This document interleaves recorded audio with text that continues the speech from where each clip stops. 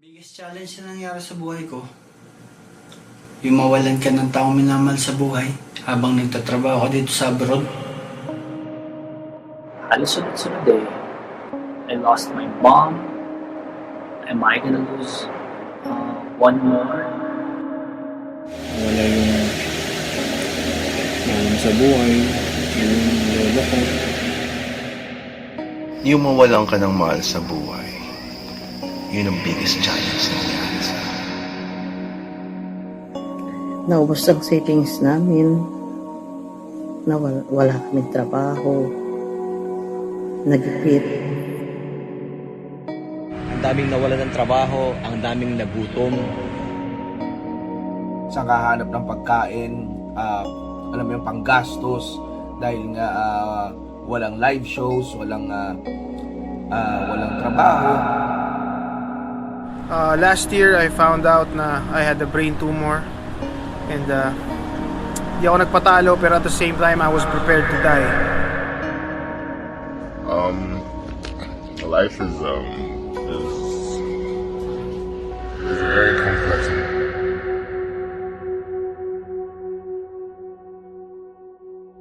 Sa gitna ng proseso, may mga hindi naniwala.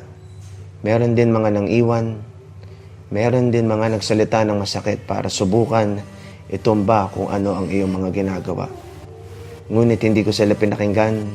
Mas lalo kong pinakinggan ang puso at tinignan kung ano ba ang orihinal na pangarap na gusto mong mangyari. Na hindi ko sinira sa sarili ko o kung kanino man. Pinatay ko sila ng kabutihan.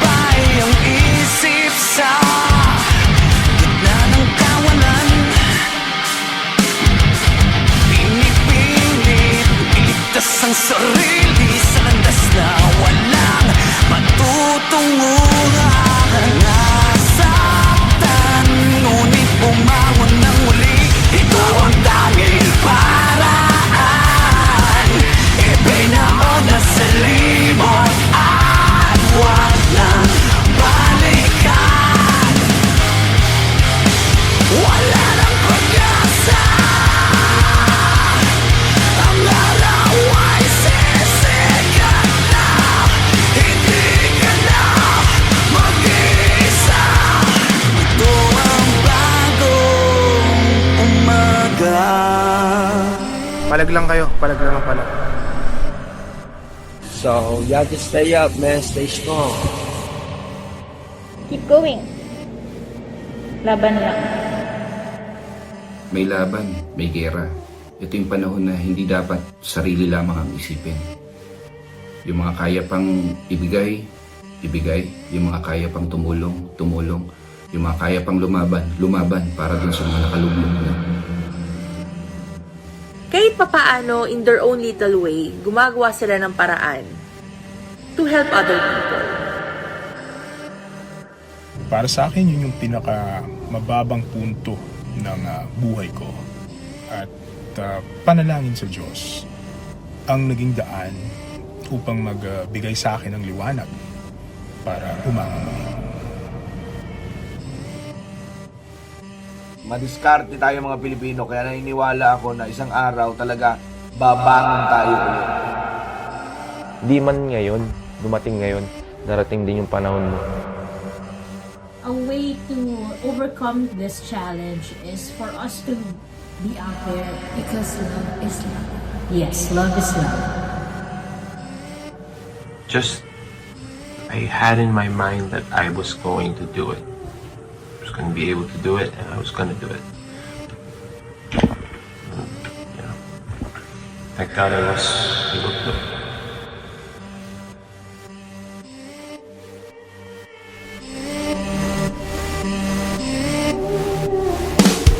Di alam anong gagawin. Di mo ba ito napapansin? Oras natin ay humihinto. Tumakbo, palayo, at saan ka tutungo? Basta ang pagdurusa, ngiti sa labi at iyong mata. Kinabukasan ay naghihintay. Humiyaw, humiyap, ang apoy nag-aalam.